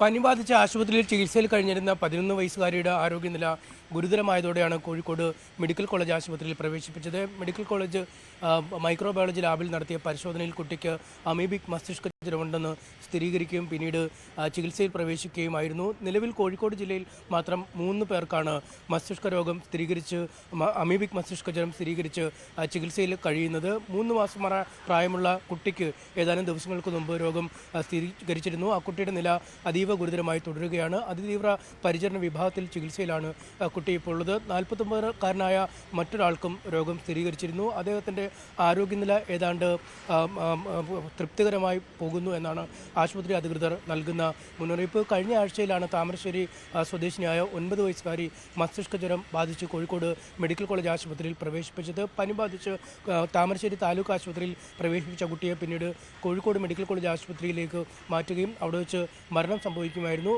മരണശേഷം നടത്തിയ പരിശോധനയിലാണ് കുട്ടിക്ക് അമീബിക് മസ്തിഷ്ക ജ്വരം സ്ഥിരീകരിച്ചത്. ഈ കുട്ടിയോടൊപ്പം ഈ കുട്ടി കുളത്തിൽ കുളിച്ച സഹോദരങ്ങളായ 2 പേർക്കും പിന്നീട് പനി ബാധിച്ചിരുന്നു. ഇതിൽ ഒരു കുട്ടിയുടെ കൂടുതൽ കടുത്ത പനി അനുഭവപ്പെടുകയും കോഴിക്കോട് മെഡിക്കൽ കോളേജ് ആശുപത്രിയിലേക്ക് 2 പേരെയും മാറ്റുകയും ചെയ്തു. എന്നാൽ 2 തവണ മെഡിക്കൽ കോളേജിൽ നടത്തിയ പരിശോധനയിലും ഇരുവർക്കും അമീബിക് മസ്തിഷ്ക ജ്വരമല്ല എന്ന് സ്ഥിരീകരിച്ചിരിക്കുന്നു. എന്ത് രോഗമാണ് കുട്ടികൾക്കുള്ളത് എന്ന് കണ്ടെത്താനായി കൂടുതൽ പരിശോധനകൾ നടത്തുമെന്നും കുട്ടികൾ അറിയിക്കുന്നു. ഇതിൽ ആരോഗ്യ വകുപ്പ് അധികൃതർ അറിയിക്കുന്നു. ഇതിൽ ഈ ആൺകുട്ടിയുടെക്ക് ഇടവിട്ട് പനി വരുന്നതാണ് ആശങ്ക ഉണ്ടാക്കുകയും ചെയ്യുന്നത്. എന്തായാലും ആരോഗ്യവകുപ്പ് ജില്ലയുടെ വിവിധ ഭാഗങ്ങളിലായി മസ്തിഷ്ക ജ്വരം സ്ഥിരീകരിച്ചിരിക്കുന്ന സാഹചര്യത്തിൽ മുന്നറിയിപ്പുകൾ നൽകുന്നുണ്ട്. രോഗിയിൽ നിന്നും മറ്റൊരു രോഗിയിലേക്ക് നേരിട്ട് രോഗം പകരില്ല. ജലസ്രോതസ്സുകൾ ശുചിയായി സൂക്ഷിക്കുക. ഒപ്പം നീന്തൽക്കുളത്തിലും മറ്റുമൊക്കെ നീന്താൻ ഇറങ്ങുന്നവരും കുളിക്കാൻ ഇറങ്ങുന്നവരും മൂക്കും ചെവിയും മൂടിക്കെട്ടി ഇറങ്ങുക തുടങ്ങിയ നിർദ്ദേശങ്ങളും നൽകുന്നുണ്ട്. അതാണ് സാഹചര്യം. ഗോവിന്ദചാമിയുടെ ജയിൽ ചാട്ടത്തിൽ ഉദ്യോഗസ്ഥർക്ക് വീഴ്ച എന്ന അന്വേഷണ സമിതി കൊടും ക്രിമിനൽ ജയിൽ ചാട്ടം ഞെട്ടിപ്പിക്കുന്നതെന്നും കണ്ടെത്തലുണ്ട്. സെല്ലിലെ വണ്ണമുള്ള കമ്പി ഗോവിന്ദചാമി എങ്ങനെ മുറിച്ചുവെന്നും അന്വേഷണ സമിതി ചോദിക്കുന്നു. സുരക്ഷാ വീഴ്ചയുണ്ടായി, ജീവനക്കാർക്കും അധികൃതർക്കും വീഴ്ച സംഭവിച്ചു, പുറത്തുനിന്ന് സഹായം കിട്ടിയതായി കരുതുന്നില്ല. ജയിൽ ചാട്ടത്തിനായി ദിവസങ്ങൾ നീണ്ട തയ്യാറെടുപ്പ് കണ്ടെത്താനായിട്ടില്ല. സെല്ലിന്റെ കമ്പി മുറിക്കാൻ ഉപയോഗിച്ച ആയുധത്തിൽ അവ്യക്തതയുണ്ട്. ജീവനക്കാരുടെ എണ്ണത്തിൽ കുറവുണ്ട്. 3-1 ജീവനക്കാർ മാത്രമാണ് ഉണ്ടായിരുന്നത്. ജയിലിലെ അവസ്ഥ വളരെ മോശമാണ്.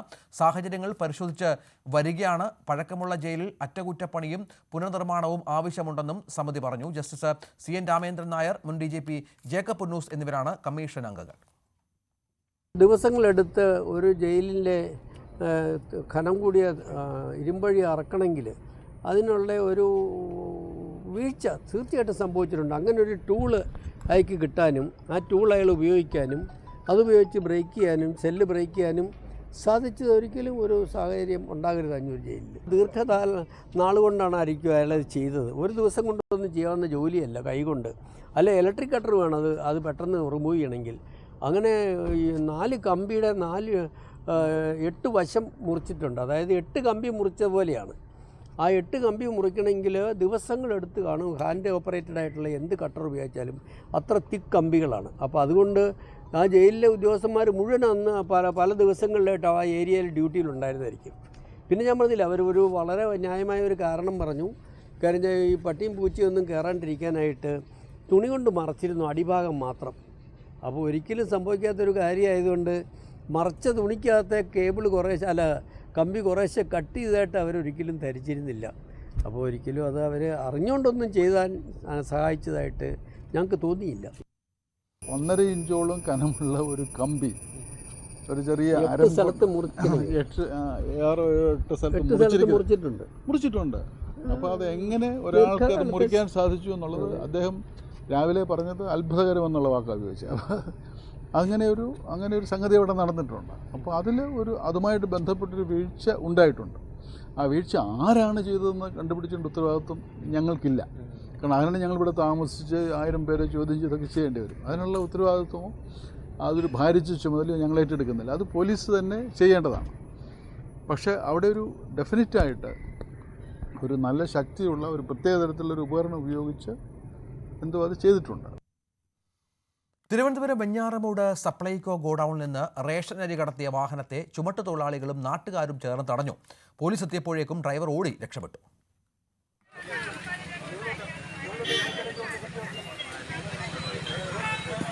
നാൽപ്പത്തിരണ്ട് ചാക്ക് അരിയാണ് വെഞ്ഞാറമൂട് മാർക്കറ്റിന് സമീപം പ്രവർത്തിക്കുന്ന സപ്ലൈകോയുടെ ഗോഡൌണിൽ നിന്ന് കടത്താൻ ശ്രമിച്ചത്. 3 ദിവസമായി ഇവിടെ അരി സപ്ലൈ ഉണ്ടായിരുന്നില്ല. എന്നാൽ ഇന്ന് വന്ന ഒരു ലോഡ് അരി യൂണിയൻകാർ ഇറക്കി വയ്ക്കുകയും മറ്റൊരു ലോഡ് എടുക്കാൻ ത്രിവേണി സ്റ്റോറിലേക്ക് പോവുകയും ചെയ്തു. അപ്പോഴാണ് ഒരു വാഹനം ഗോഡൌണിനകത്ത് കയറി അരിച്ചാക്കുകളുമായി പുറത്തേക്കിറങ്ങുന്നത് തൊഴിലാളികളുടെ ശ്രദ്ധയിൽപ്പെട്ടത്. വാഹനം അവർ തടഞ്ഞപ്പോൾ ഡ്രൈവർ ഓടി രക്ഷപ്പെട്ടു. നാട്ടുകാരാണ് വിവരം പോലീസിനെ അറിയിച്ചത്. ഞാൻ ഇവിടെ വന്ന് ഈ കടയുടെ മുമ്പ് ഒരു ചായ കുടിച്ചുകൊണ്ട് നിന്നപ്പോൾ അവിടെ ഷട്ടർ പോയത്തേം താക്കുകയും ചെയ്യുന്നു. സാറന്മാർ മാത്രമേ ഉള്ളൂ. കുറച്ച് കഴിഞ്ഞപ്പോഴത്തേക്ക് ഇവിടെ അല്ലാത്ത ഒരു വണ്ടി ഇവിടെ നിന്ന് ഇറങ്ങി പോകുന്നു. അങ്ങനെ അത് ഞാനിവിടെ വന്നപ്പോഴത്തേക്ക് കൈ കാണിച്ച് നിർത്തി എന്താണെന്ന് ചോദിച്ചു. അപ്പോൾ നോക്കുമ്പോൾ അരിയാണ്, അങ്ങോട്ട് മാറ്റിയിടാൻ പറഞ്ഞു. അങ്ങനെ ഇട്ടു. അറിയിച്ച പ്രകാരം ഇവിടെ ആൾക്കാർ കൂടി പോലീസിൽ അറിയിച്ചു. ഇവിടെ പോലീസ് വന്നു. മുമ്പും പലപ്പോഴായി അരി കടത്തിയിട്ടുണ്ടെന്ന് നാട്ടുകാർ ആരോപിക്കുന്നു. സംഭവത്തിൽ ഗോഡൌണിലെ ഉദ്യോഗസ്ഥർക്ക് പങ്കുണ്ടെന്നും ആരോപണമുണ്ട്. യൂണിയൻകാർ പോലും പറയുന്നത് ഇത് പലതവണ അവർ അട്ടിയിട്ട് ചാക്ക് അടുക്കുന്നത് തിരിച്ചു വരുമ്പോൾ അതുപോലെ കാണുന്നില്ല, അതിൽ നിന്ന് ഇങ്ങനെ കുറവ് വരുന്നു. അപ്പോൾ ഇന്നിപ്പം പിടി കിട്ടിയത് അവരില്ലാത്ത സമയത്ത് അവർ വേറെ ഇവിടെ ഇറക്കാൻ പോയ സമയത്താണ് ഇവർ ഇവിടെ വന്ന് കയറ്റുന്നത്. സ്ഥിരമായിട്ട് ഇവിടെ ഇരിക്കുന്നവർ അറിഞ്ഞുകൊണ്ടാണ്, ഇതിൻ്റെ ചാർജ് നടത്തുന്നവർ അറിഞ്ഞുകൊണ്ടാണ് ഇത് ചെയ്തുകൊണ്ടിരിക്കുന്നത്. സ്ഥിരം നടന്നുകൊണ്ടിരിക്കുന്ന കേസാണ്. പോലീസ് എത്തി വാഹനം കസ്റ്റഡിയിലെടുത്ത് അന്വേഷണം ആരംഭിച്ചു. ന്യൂസ് 18 തിരുവനന്തപുരം. കളിക്കുന്നതിനിടയിൽ 1.5 വയസ്സുകാരിയുടെ തലയിൽ കുടുങ്ങിയ കലം ഫയർഫോഴ്സ് ഉദ്യോഗസ്ഥരുടെ സഹായത്തോടെ നീക്കം ചെയ്തു. കോഴിക്കോട് ഫാറൂഖിലാണ് സംഭവം. കുട്ടിയെ ഉടൻ മീഞ്ചന്ത ഫയർഫോഴ്സ് ഓഫീസിൽ എത്തിക്കുകയായിരുന്നു. കുഞ്ഞ് കരച്ചിൽ നിർത്താതെ വന്നതോടെ ശ്രദ്ധയോടെ സമയമെടുത്താണ് പാത്രം മുറിച്ച് നീക്കിയത്.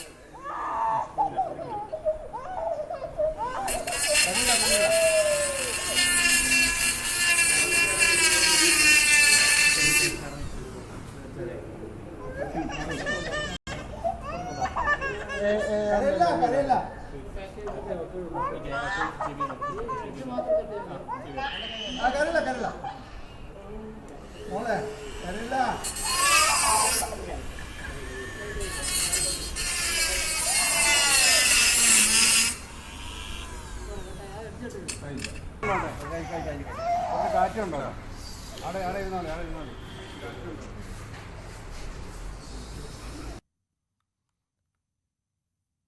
പാലക്കാട് തൃത്താലയിൽ വധശ്രമ കേസിലെ പ്രതിയെ വീടിന്റെ മച്ചിൽ നിന്നും പോലീസ് പിടികൂടി. കപ്പൂർ കാഞ്ഞിരത്താണി സ്വദേശി സുൽത്താൻ റാഫിയാണ് പിടിയിലായത്. മൊബൈൽ ഫോൺ ലൊക്കേറ്റ് ചെയ്ത് നടത്തിയ പരിശോധനയിലാണ് പോലീസ് സുൽത്താനെ പിടികൂടിയത്.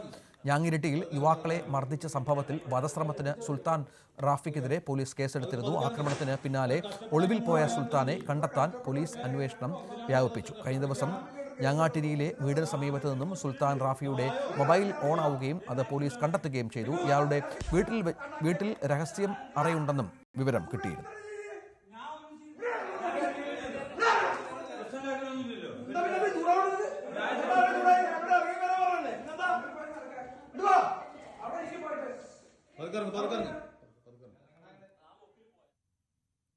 ഇടുക്കിയിൽ മകന്റെ മർദ്ദനമേറ്റ് ചികിത്സയിലായിരുന്ന അച്ഛൻ മരിച്ചു. രാജാക്കാട് സ്വദേശി വെട്ടിക്കുളം വീട്ടിൽ മധുവാണ് മരിച്ചത്. ഓഗസ്റ്റ് 14-നാണ് മകൻ സുധീഷ് അച്ഛനെ ക്രൂരമായി മർദ്ദിച്ചത്. തുടർന്ന് തൊടുപുഴ സ്വകാര്യ ആശുപത്രിയിൽ ചികിത്സയിലായിരുന്നു മധു. ഇന്ന് രാവിലെയാണ് മരിച്ചത്. മദ്യപിച്ചെത്തിയ സുധീഷ് അമ്മയെ മർദ്ദിക്കുന്നത് കണ്ട പിതാവ് ചോദ്യം ചെയ്തതിനെ തുടർന്നാണ് മകൻ സുധീഷ് അച്ഛൻ മധുവിനെ മർദ്ദിച്ചത്. സുധീഷ് നിലവിൽ റിമാൻഡിലാണ്. പാലക്കാട് കൊഴിഞ്ഞാമ്പാറയിൽ യുവാവിനെ വീട്ടിൽ കയറി വെട്ടിക്കൊന്നു. കരമ്പൊറ്റ സ്വദേശി സന്തോഷാണ് കൊല്ലപ്പെട്ടത്. സംഭവത്തിൽ മൂങ്കിൽമട സ്വദേശി ആറുചാമി പിടിയിലായി. സന്തോഷ് ഒറ്റയ്ക്കാണ് താമസം. സംഭവത്തിന് ശേഷം ഒളിവിൽ പോയ പ്രതിയെ അർദ്ധരാത്രിയിലാണ് പിടികൂടിയത്. ആറുചാമിയുടെ ഭാര്യയാണ് കൊലപാതക വിവരം പോലീസിൽ അറിയിക്കുന്നത്. പോലീസ് എത്തിയപ്പോൾ സന്തോഷ് മരിച്ച നിലയിലായിരുന്നു. സന്തോഷും ആറുചാമിയും തമ്മിലുണ്ടായ തർക്കമാണ് കൊലപാതകത്തിന് കാരണം. ആറുചാമിയെ പോലീസ് ചോദ്യം ചെയ്തു വരികയാണ്. കാസർഗോഡ് ദേലമ്പാടി സ്വദേശിനിയായ യുവതിയെ മുത്തലാഖ് ചൊല്ലിയതിന് മതപ്രഭാഷകനെതിരെ ആദൂർ പോലീസ് കേസെടുത്തു. സ്ത്രീധനം ആവശ്യപ്പെട്ട് നിരന്തരം മർദ്ദിച്ചതായും പരാതിയിൽ പറയുന്നു. കർണാടക ഈശ്വരമംഗലം സ്വദേശിയും ബെലിഞ്ച ഹദാദ് നഗർ ജുമാ മസ്ജിദിലെ മുഖ്യ മതപ്രഭാഷകനുമായ ഇബ്രാഹിം ബാദുഷയ്ക്കെതിരെയാണ് കേസെടുത്തത്. ആദൂർ പോലീസ് സ്റ്റേഷൻ പരിധിയിലെ ദേലമ്പാടി സ്വദേശിനിയായ 22-കാരിയുടെ പരാതിയിലാണ് കേസ്. ബീവറേജസ് ഔട്ട്ലെറ്റിൽ ജീവനക്കാരനെ ആക്രമിച്ച പ്രതികൾ പിടിയിൽ. കൊട്ടാരക്കര ഔട്ട്ലെറ്റിൽ ജീവനക്കാരനെ ബിയർ കുപ്പി കൊണ്ട് തലയ്ക്കടിച്ച കേസിലാണ് 2 പേർ പിടിയിലായത്. പുനലൂർ ശാസ്താകോണം സ്വദേശി രഞ്ജിത്ത്, വെട്ടിക്കവല സ്വദേശി ജെൻസൺ എന്നിവരാണ് പിടിയിലായത്. കഴിഞ്ഞ ഞായറാഴ്ചയായിരുന്നു അക്രമ സംഭവം. കാസർഗോഡ് ചെറുവത്തൂർ തിമിരിയിൽ യുവാവിനെ തോട്ടിൽ മരിച്ച നിലയിൽ കണ്ടെത്തി. തിമിരി കുതിരുംചാലിൽ സ്വദേശി സതീഷിനാണ് മരിച്ചത്. മീൻ പിടിക്കുന്നതിനിടെ അബദ്ധത്തിൽ വീണതാകാം എന്നാണ് കരുതുന്നത്.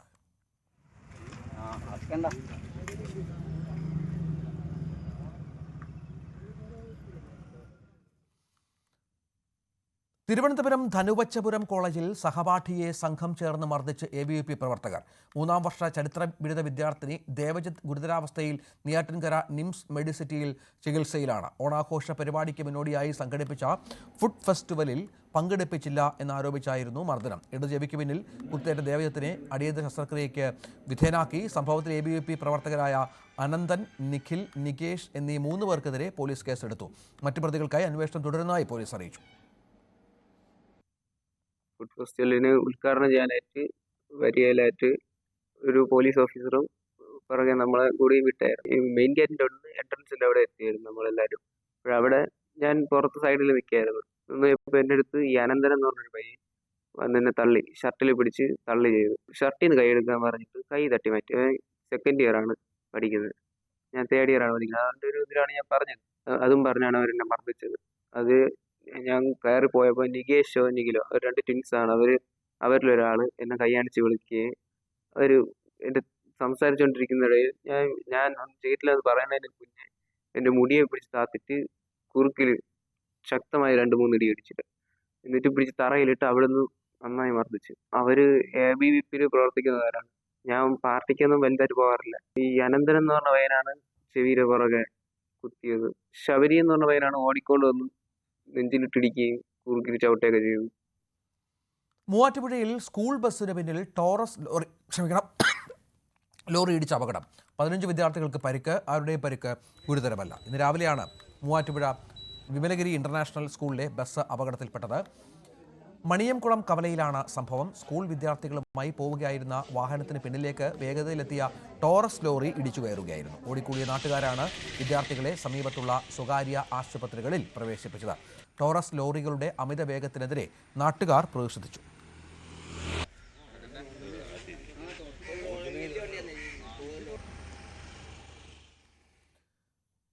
കോഴിക്കോട് NIT ക്യാമ്പസിന് മുന്നിൽ പ്രതിഷേധം. കോളേജ് ഹോസ്റ്റലിൽ നിന്നുള്ള മാലിന്യം സമീപത്തെ തട്ടൂർ പൊയിൽ തോട്ടിലേക്ക് ഒഴുക്കുന്നതിനെതിരെയായിരുന്നു പ്രതിഷേധം. ആക്ഷൻ കൗൺസിലിന്റെ നേതൃത്വത്തിൽ മാർച്ച് സംഘടിപ്പിച്ചു. ചാത്തമംഗലം പഞ്ചായത്ത് ഓഫീസ് പരിസരത്ത് നിന്നും ആരംഭിച്ച മാർച്ച് NIT കവാടത്തിൽ പോലീസ് തടഞ്ഞു.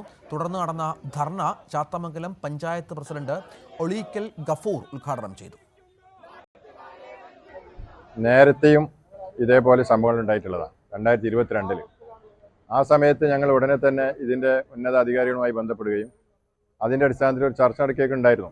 അന്ന് ചില തീരുമാനങ്ങൾ എടുത്താണ്. ആ തീരുമാനങ്ങൾ നടപ്പിലാകാത്തതിൻ്റെ ഭാഗമായിട്ടാണ് വീണ്ടും ഇത് ആവർത്തിക്കുന്നത്. ഇതെന്ന് പറഞ്ഞാൽ രാത്രി സമയങ്ങളിലാണ് ഇവരിത് ഒഴുക്കിവിടുന്നത്.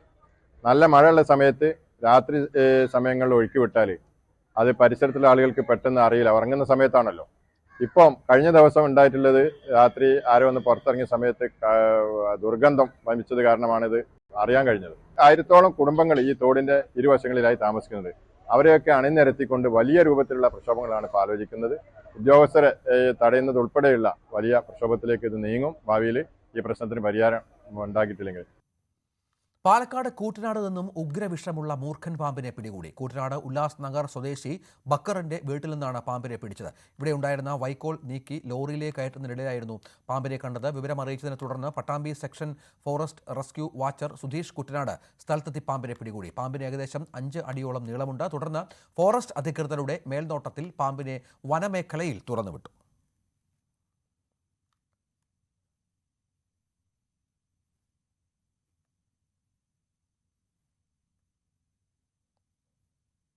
പാലക്കാട്ട് പ്രകൃതി സൗന്ദര്യത്താൽ രമണീയമായ സ്ഥലമാണ് പാലക്കാട്. കാണാനും യാത്ര പോകാനും ഒരുപാട് സ്ഥലങ്ങളുണ്ട് ഇവിടെ. പക്ഷേ അവിടെ വളരെ സ്പെഷ്യലായ ഒരിടത്തേക്കാണ് നമ്മൾ പോകുന്നത്. വടവന്നൂരിലെ ഒരു വീട്ടിൽ. വെറും വീടല്ല, സാക്ഷാൽ MGR ജനിച്ച വീട്. പ്രകൃതി രമണീയമായ കൊല്ലങ്കോട് വടവന്നൂരിലാണ് MGR ജനിച്ച വീട്. അവിടേക്കാണ് നമ്മുടെ യാത്ര.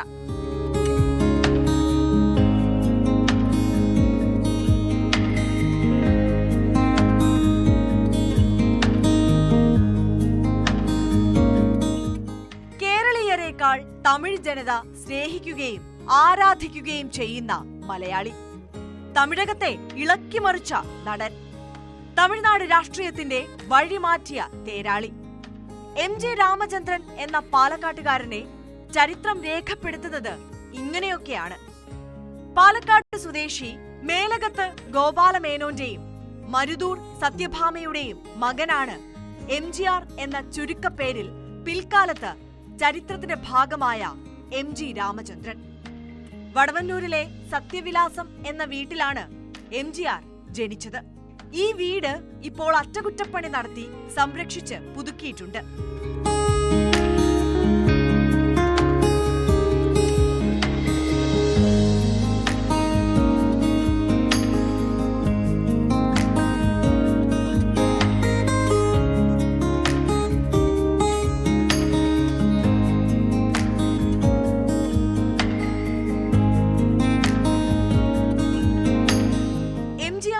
ഒരു ആർട്ട് ഗാലറിയും സമീപത്തായി സ്ഥാപിച്ചിട്ടുണ്ട്. അതിൽ അദ്ദേഹത്തിന്റെ ജീവിതരേഖകൾ അടയാളപ്പെടുത്തുന്ന ഫോട്ടോകൾ നിരനിരയായി വെച്ചിരിക്കുന്നു.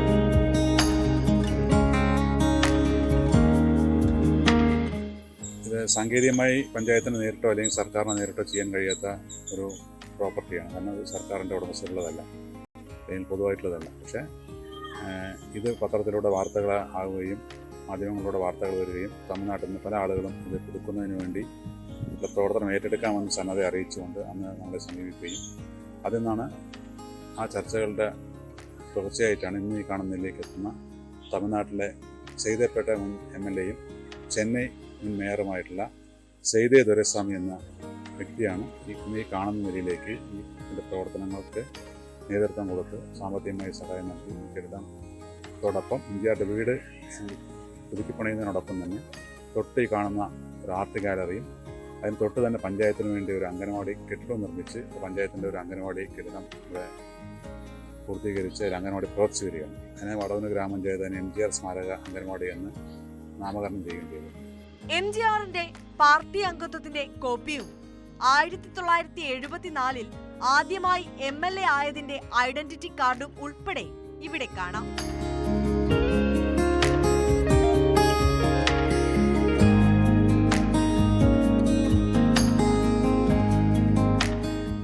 പൊതുജനങ്ങൾക്ക് ഇവിടെ പ്രവേശനം സൗജന്യമാണ്. ഇതുവരെ MGR അഭിനയിച്ച എല്ലാ സിനിമകളുടെയും റിലീസ് വർഷവും സംവിധായകൻ, നിർമ്മാതാവ് എന്നിവരുടെ വിശദാംശങ്ങളും ആർട്ട് ഗാലറിയിൽ ഉണ്ട്.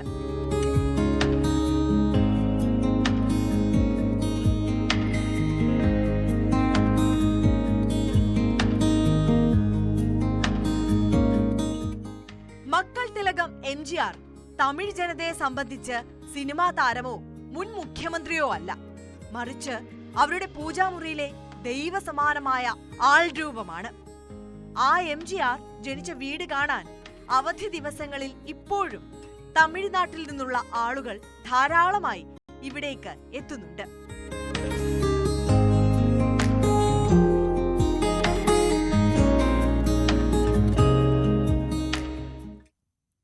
പ്രൈം ഡിബേറ്റുമായി മഞ്ജുഷ് ഗോപാൽ ചേരും.